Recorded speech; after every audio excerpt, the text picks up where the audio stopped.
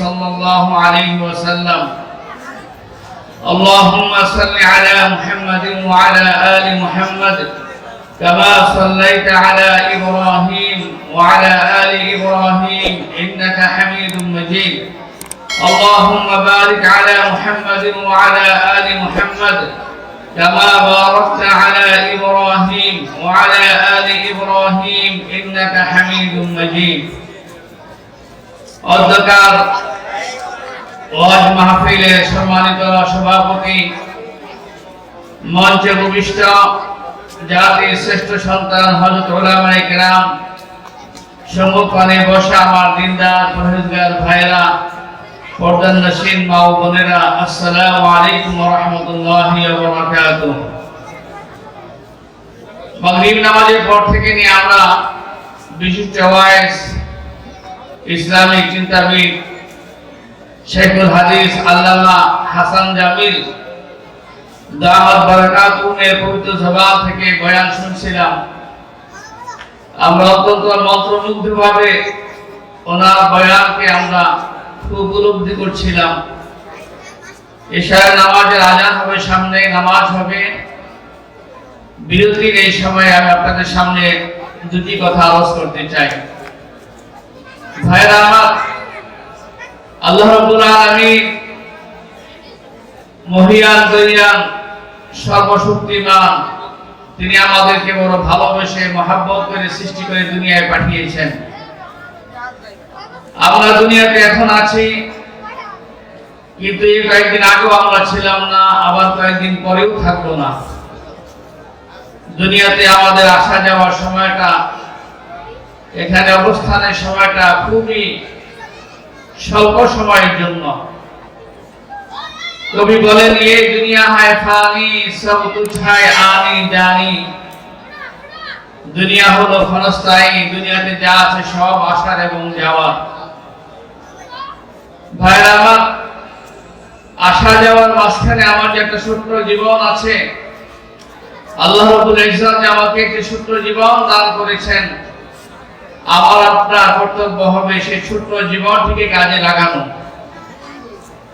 হাদিসে পাকের মধ্যে আল্লাহর হাবিব ইরশাদ করেছেন, আল কাইয়িসু মান দানা নাফসাহু ওয়া আমিলা লিমা বা'দাল মাউত ওয়াল আজিজু মান ইত্তাবা'a নাফসাহু ওয়া তামান্না 'আলা আল্লাহিল খায়র আও কামা ক্বালা an-নবী সাল্লাল্লাহু আলাইহি ওয়াসাল্লাম। আল্লাহর হাবিব বলেন, তোমাদের মধ্যে বুদ্ধিমান হলো ওই ব্যক্তি, মান দানা নাফসাহু, যে ব্যক্তি তার নিজের হিসাব নিকাশ নিয়েছে, ওয়া আমিলা লিমা বা'দাল মাউত, এবং মৃত্যু পরবর্তী জীবনের জন্য সে নেক আমল সংগ্রহ করেছে। ভাইরা আমার, আমরা এই কথা বিশ্বাস করি, আমাদের সবাইকে একদিন মরতে হবে, দুনিয়া ছেড়ে আমাদেরকে চলে যেতে হবে। হাদিসে পাকের মধ্যে আল্লাহ নবী ইরশাদ করেছেন, ইয়াতবাউল মাইয়িতা সালাস আহলুহু ওয়া মালুহু ওয়া আমালুহু ফায়ারজিউ ইসনানি ওয়া ইয়াবকা ওয়াহিদুন ইলা আখিরিল হাদিস আও কামা ক্বালা an-নবী সাল্লাল্লাহু আলাইহি ওয়াসাল্লাম। আল্লাহ নবী ইরশাদ করেছেন, মানুষ যখন মারা যায় তো মানুষের সাথে তিনটি জিনিস তার কবর পর্যন্ত যায়। শুধু একটি জিনিস মৃত ব্যক্তির সাথে কবরের ভিতরে প্রবেশ করে, আর দুইটি জিনিস কবর পর্যন্ত গিয়ে সেখান থেকে ফেরত চলে আসে। যে দুটি জিনিস ফেরত আসে সেটি হলো মৃত ব্যক্তির আত্মীয় স্বজন, সন্তান সন্ততি, ভাই বন্ধু পরিজন, তারা। আরেকটা জিনিস কবর পর্যন্ত গিয়ে ফিরে আসে, সেটি হলো মৃত ব্যক্তির কবর খনন করার জন্য কিছু সামান নিয়ে যাওয়া হয়, সেগুলি ফেরত আসে, কোনোটাই কবরের মধ্যে দিয়ে দেওয়া হয় না। শুধু একটা জিনিস মৃত ব্যক্তির সাথে কবরে যায়, সেটা হলো তার আমল। পবিত্র কোরআনে আল্লাহ পাক ইরশাদ করেছেন, মান আমিলা সালিহান ফালিনাফসিহি ওয়া মান আসাআ ফাআলাইহা। যে ব্যক্তি ভালো কাজ করবে সে ভালো কাজের ফল ভোগ করবে, আর যদি কেউ মন্দ কাজ করে, গুনার কাজ করে, পাপের কাজ করে, তাহলে তাকে পাপের জন্য শাস্তিও ভোগ করতে হবে। ভাইরা আমার, এই জন্য একজন মানুষের সর্বাপেক্ষা বড় গুরুত্বপূর্ণ কাজ হলো তার নিজের জীবনের আমলের খোঁজখবর নেওয়া, আমার জীবন জিন্দগিতে আমি কি করলাম, কতটুকু কাজ আমি করেছি, পরকালের জন্য আমার কতটুকু প্রস্তুতি হয়েছে। সবচাইতে বড় দরকার যেটা আমলের বিবেচনা এবং মূল্যায়ন হয় যার উপর ভিত্তি করে, সেটা হলো প্রতিটা মানুষের ঈমান। ঈমান যখন হবে কোন মানুষের, ঈমানের সাথে যখন নেক আমলের সমন্বয় ঘটবে, তখন ঈমান আল্লাহ পাকের কাছে দামি হিসেবে গণ্য হবে এবং ওই ঈমানকে মূল পুঁজি বানিয়ে নেক আমলকে তার সহযোগী হিসাবে গণ্য করে আল্লাহ রাব্বুল আলামিন এর বদলা হিসাবে পরকালে বান্দাকে সুখ শান্তি সমৃদ্ধি ঠিকানা জান্নাত দান করবেন। বলেন সুবহানাল্লাহ। ও ভাইরা আমার, ঈমান আমরা আনয়ন করেছি লা ইলাহা ইল্লাল্লাহ মুহাম্মাদুর রাসূলুল্লাহ এর মাধ্যমে। ঈমানি কালিমা হলো লা ইলাহা ইল্লাল্লাহ মুহাম্মাদুর রাসূলুল্লাহ। ঈমানি কালিমা হলো আশহাদু আল্লা ইলাহা ইল্লাল্লাহ ওয়া আশহাদু আন্না মুহাম্মাদান আবদুহু ওয়া রাসূলুহু। ঈমানি কালিমার মধ্যে একাত্মবাদের তাওহীদের স্বীকৃতি আছে, ঘোষণা আছে এবং সাথে সাথে আল্লাহর হাবিব সাল্লাল্লাহু আলাইহি ওয়াসাল্লামের রিসালাতের স্বীকৃতি এবং ঘোষণা আছে। তার মানে হলো আমাদের ঈমান পরিপূর্ণতা লাভ করবে যখন আমরা তাওহীদকে বিশ্বাস করব এবং সাথে সাথে বিশ্বনবী সাল্লাল্লাহু আলাইহি ওয়াসাল্লামের রিসালাতকে যখন আমরা স্বীকার করব তখন। এইজন্য বিশ্বনবী সাল্লাল্লাহু আলাইহি ওয়াসাল্লাম হাদিসে মধ্যে ইরশাদ করেছেন, তারাকু ফীকুম আমরাইন লাউ তাদিল্লু মা ইন তামাসসাকতুম বিহিমা কিতাবাল্লাহি ওয়া সুন্নাতুর রাসূলি আও কামা ক্বালা an-নবী সাল্লাল্লাহু আলাইহি ওয়াসাল্লাম। আল্লাহ নবী ইরশাদ করেছেন, আমি তোমাদের মাঝে দুটি জিনিস রেখে যাচ্ছি, এক হলো আল্লাহর কোরআন কিতাব, দ্বিতীয় নাম্বার হলো আমার সুন্নাহ। এই কোরআন এবং সুন্নাহকে তোমরা যতদিন আঁকড়ে ধরবা ততদিন পর্যন্ত তোমরা সঠিক পথের মধ্যেই থাকবা। ও ভাইরা আমার, বর্তমান জামানা হলো ফিতনার জামানা। ফিতনা এমন ভাবে আমাদের মাঝে প্রকাশ হচ্ছে যে ফিতনার কারণে মানুষ এখন দিক বিদিক হারিয়ে যাচ্ছে। হযরত আবু হুরায়রা রাদিয়াল্লাহু তাআলা আনহুকে বিশ্বনবী সাল্লাল্লাহু আলাইহি ওয়াসাল্লাম বলেছিলেন, ইয়া আবু হুরায়রা আলাইকুম বিমুলাসামাতিল উলামা। আবু হুরায়রা, তোমার জন্য খুব দরকার যে তুমি উলামায়ে কেরামের সংস্পর্শ গ্রহণ করবা, তাদের মজলিসে বসবা, তাদের সাথে তোমার সুসম্পর্ক বজায় রাখবা। ও ভাইরা আমার, যদি উলামায়ে কেরামের সাথে আমাদের উঠা বসা হয়, তাদের মজলিসে যদি আমরা যাই, তাদের কথা যদি আমরা শুনি, তাহলে ইনশাআল্লাহ কোনটা ঈমান, ঈমানের তাকাদা কি আমরা সেটা বুঝতে পারবো। কোনটা ঈমানের খেলাফ কাজ, কোন জিনিসের দ্বারা আমাদের ঈমান বিনষ্ট হয় সেটা আমরা বুঝতে পারবো, উপলব্ধি করতে পারবো। আর এর জন্য উলামায়ে কেরাম আমাদেরকে আহ্বান করেন এই ধরনের ওয়াজ মাহফিলের আয়োজনের মাধ্যমে। আজকে যে জামিয়া নুরিয়া ইসলামিয়া ঐতিহ্যবাহী প্রতিষ্ঠানের মাহফিল, এটা মূলত আমাদের অত্র অঞ্চলের সাধারণ মানুষকে দ্বীনি আলোচনা শোনাবার জন্য। কারণ দ্বীনি আলোচনাগুলি যেমন আমাদের সমাজের মধ্যে চলছে, এগুলি হলো এই সমাজের জন্য আলোকবর্তিকা। আলো যেমন অন্ধকারকে দূর করে, দ্বীনি আলোচনা উলামায়ে কেরামের মুখনিসৃত বাণীর দ্বারা আমাদের দিল থেকে অন্ধকার দূরীভূত হবে, সমাজ থেকে অন্ধকার দূরীভূত হবে। কিন্তু ভাইরা আমার, দুঃখের বিষয় হলো সত্য, আজকে আমরা প্রযুক্তি নির্ভরশীল হয়ে পড়েছি, মিডিয়া নির্ভরশীল হয়ে পড়েছি। আমরা উলামায়ে কেরামের মজলিসে আসতে চাই না, তাদের প্রতি আমরা আগ্রহ রাখি না। এটা কিন্তু আমাদের জন্য বড় দুর্ভাগ্যের কারণ হবে। ও ভাইরা আমার, জামিয়া নুরিয়া ইসলামিয়া টঙ্গী এটি এদের অঞ্চলের একটি ঐতিহ্যবাহী প্রতিষ্ঠান। এখানে কোরআন সুন্নাহ শিক্ষা প্রদান করা হয়, কোরআনে আলো এখানে প্রজ্বলিত করা হচ্ছে। হাজারো হাজারো তালেবে ইলম এখানে এসে ইলম শিখছেন এবং তারা ইলম শিখে ইলম নিয়ে তারা সমাজের বিভিন্ন স্তরে তারা ছড়িয়ে ছিটিয়ে পড়ে দেশের আনাচে কানাচে তারা দ্বীনি তাকাজা পূরণ করছেন। একজন দাঈ হিসাবে সমাজের বিভিন্ন স্তরে তারা ইসলাম এবং ঈমানের কথা মানুষকে বুঝাচ্ছেন, বলছেন। ভাইরা আমার, মাদ্রাসাগুলি যে মিশন নিয়ে কাজ করে তার মধ্যে অন্যতম মিশন হলো তালিমে দ্বীন। মাদ্রাসাগুলি যে মিশন নিয়ে কাজ করে তার মধ্যে অন্যতম হলো তাবলীগে দ্বীন।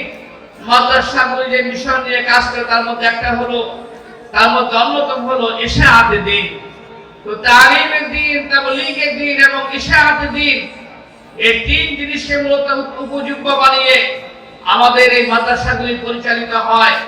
এই কারণে এই মাদ্রাসার সাথে যদি কারো সম্পর্ক থাকে তাহলে ইনশাআল্লাহ সে যেমন তালিমে দ্বীনের শিক্ষা লাভ করতে পারবে, ঠিক তেমনি ভাবে তাবলীগে দ্বীনের সাথে সে যুক্ত হতে পারবে এবং সাথে সাথে ইশাআতে দ্বীন, দ্বীনের যে প্রচার প্রসার, এই দায়িত্ব সে আঞ্জাম দিতে পারবে।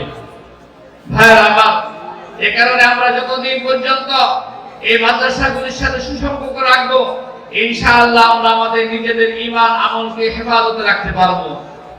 আমাদের একটু আগে যে বক্তা বয়ান করেছেন, কত চমৎকার করে আমাদেরকে বুঝিয়েছেন। আমরা দিন ধর্ম বুঝি না, আমরা ঈমান বিধ্বংসী কারবার বুঝি না, আমরা নিজেদের অজান্তেই এ ধরনের ঈমান বিধ্বংসী কার্যকলাপে নিজেরা লিপ্ত হই, কিংবা এগুলিকে আমরা নিজের অজান্তেই সমর্থন করি। অথচ এগুলির দ্বারা আমাদের ঈমান নষ্ট হয়ে যাচ্ছে। আমার ঈমান নষ্ট হয়ে যাচ্ছে কোন দিক থেকে সেটাও আমরা জানি না। এই কারণে ভাইরা আমার, জামিয়া নূরিয়া ইসলামিয়ার মতো আরো এদেশে যে সমস্ত দ্বীনি প্রতিষ্ঠান রয়েছে, মাদারিস ইসলামিয়া রয়েছে, যে প্রতিষ্ঠানগুলি নির্লস প্রচেষ্টা চালিয়ে উলামায়ে কেরামদেরকে এখান থেকে ফারেক করছেন, যারা এক সময় এসে জাতির কাণ্ডারি হয়ে সমাজের মধ্যে দ্বীনের খেদমত আঞ্জাম দিচ্ছেন, তাদের প্রতি আমাদের সেই সহমর্মিতা এবং তাদের প্রতি আমাদের সেই ভালোবাসা এবং সেই সমর্থন নেই, এটা কিন্তু আমাদের জন্য বড় দুঃখজনক ব্যাপার হবে। ও ভাইরা আমার, এই জন্য দ্বীনি তালিমগাহ, দ্বীনি দরসগাহ, এই মাদ্রাসার সাথে আমাদের সম্পর্ক ভালো হওয়া উচিত। মাদ্রাসার তালেবে ইলমদের সাথে আমাদের ভালো সুসম্পর্ক হওয়া উচিত। মাদ্রাসা যারা পরিচালনা করেন, উলামা হযরত যারা আছেন, তাদের সাথে আমাদের গভীর সম্পর্ক হওয়া উচিত।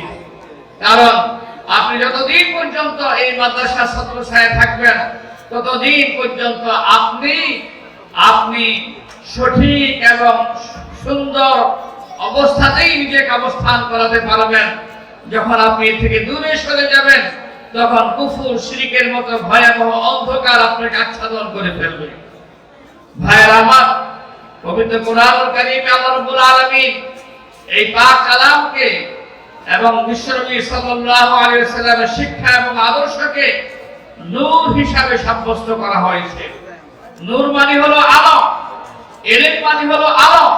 আল ইলমু নূরুন, ইলম হলো আলো। এই ইলমের সাথে আমাদের যাদের সম্পর্ক হবে, আমরা যেন আমাদের হৃদয় পটে আলো জ্বালালাম। আর যেখানে আলো জ্বলে সেখান থেকে অন্ধকার দূর হয়। কথা বলা ঠিক না ঠিক? অন্ধকার দূর হয়। যেখানে আলো জ্বলে সেখানে অন্ধকার থাকতে পারে না। আর যেখানে আলোর ঝলকানি আসে সেখানে ক্ষতিকর কোনো বস্তু বসবাস করতে পারে না। বিশ্বনবী সাল্লাল্লাহু আলাইহি ওয়াসাল্লাম হাদিসের মধ্যে ইরশাদ করেছেন, ইন্নাল্লাযী লাইসা ফী জাওফি শাইউন মিনাল কুরআনি কাল বাইতুল খারিবি। ওই হৃদয়, ওই অন্তর, যে অন্তরের মধ্যে কোরআন নাই, সেই অন্তরটা, হৃদয়টা হলো একটা খালি ঘরের মতো। একটা ঘর যদি দীর্ঘদিন খালি থাকে, অবিবেচিত থাকে, অন্ধকারে যদি পড়ে থাকে, তাহলে সেই ঘরটার মধ্যে কয়েকদিন পরে নানা রকম ক্ষতিকর কীট পতঙ্গ নিজেদের বাসা বাঁধিয়ে নেয়। ঘরটা মোটামুটি দখল করে নেয়। সেখানে তারা নিজেদের ইচ্ছে মতো যা ইচ্ছে তাই করতে শুরু করে। কিন্তু অনেক দিন পর যখন মালিক এসে ঘরের দরজা খুলে সেখানে যখন লাইট জ্বালিয়ে দেন, সুইচ অন করেন, তো সাথে সাথে আলোর পড়ার সাথে সাথে ওই ঘরের মধ্যে থেকে থাকা ক্ষতিকর কীট পতঙ্গ, সাপ, বিচ্ছু, মাকড়সা এগুলি সব পালাতে শুরু করে। তার মানে হলো, আপনি যখন আপনার হৃদয় পটে ইলমে দ্বীন, ইলমে ওহীর আলো প্রজ্বলিত করবেন, কোরআনের ইলম প্রজ্বলিত করবেন, কোরআনের আলোর বাতি যখন আপনি জ্বালাবেন, আপনার হৃদয় থেকে সব শিরক কুফর দূর হবে, অন্ধকার দূর হবে, বাতিল দূর হবে। কথা বলেন ঠিক না ঠিক? এই কারণে মেরে ভাই দোস্ত, প্রত্যেকটা মানুষের জন্য বিশ্বনবী সাল্লাল্লাহু আলাইহি ওয়াসাল্লাম ইলমে দ্বীন শিখবার জন্য তাগিদ দিয়েছেন, ফরজ সাব্যস্ত করেছেন, ইরশাদ করেছেন তালাবুল ইলমি ফারিদাতুন আলা কুল্লি মুসলিমিন ওয়া মুসলিমাত। ইলমে দ্বীন অর্জন করা প্রত্যেকটা নারী পুরুষের জন্য ফরজ।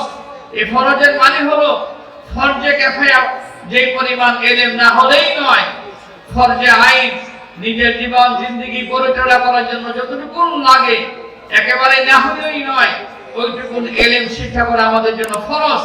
ওই ফরজ ইলমটুকু শিখাবার এক মহান খেদমত এই কওমি মাদ্রাসা তথা জামিয়া নূরিয়া আঞ্জাম দিয়ে যাচ্ছেন।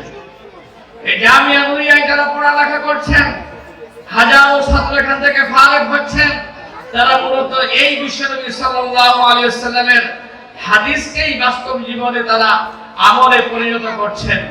এই জন্য ভাইয়েরা আমার, আমরা যারা সাধারণ মানুষ, আমাদের উচিত আমরা উলামা হযরতের কাছে আসবো, তাদের কাছে আমরা বসবো, তাদের কাছ থেকে আমরা হৃদয়ের অন্ধকারকে ইলমে নূরের দ্বারা আলোকিত করব। আমরা যারা এখন বড় হয়ে গিয়েছি, যাদের পড়ালেখার সময় নেই, আমরা অন্তত আমাদের সন্তানদেরকে ইলমে দ্বীন শিখাবার জন্য মাদ্রাসায় দিব। মনে রাখবেন, সঠিক ইলম যদি আপনার সন্তান লাভ করতে পারে, অর্জন করতে পারে, তাহলে ইনশাআল্লাহ এই সন্তান আপনার ইহকাল এবং পরকাল উভয় কালের জন্য আপনার মহা সম্পদ হিসেবে গণ্য হবে। কথা বলা ঠিক না ঠিক? এই জন্য নিজেদের সন্তানরা যাতে আলেম হয়, নিজেদের সন্তানরা যাতে কোরআন শিখতে পারে, কোরআনী ইলম যাতে নিজেদের মধ্যে ধারণ করতে পারে, এটা আমাদের একজন পিতা মাতার জন্য অত্যাবশ্যকীয় কর্তব্য। এই খোঁজ খবর নেওয়া, এই দায়িত্ব আঞ্জাম দেওয়া।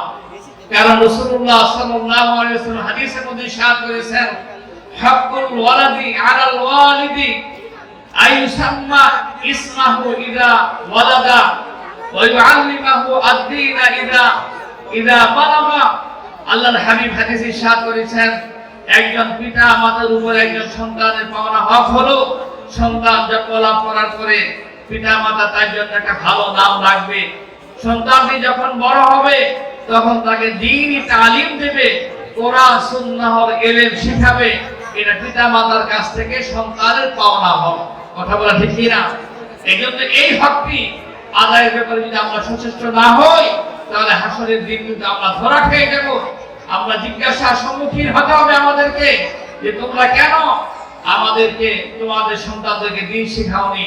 আমরা যদি সন্তানদেরকে দ্বীন না শিখাই, এই সন্তানরাই হাসরের দিন আল্লাহ রাব্বুল আলামিনের সামনে আমাদের বিপক্ষে দাঁড়িয়ে যাবে। হ্যাঁ, রব্বানা আতিহিম যিফাইনি মিনাল আযাব ওয়া আযুল্লাহাম কাবীরা।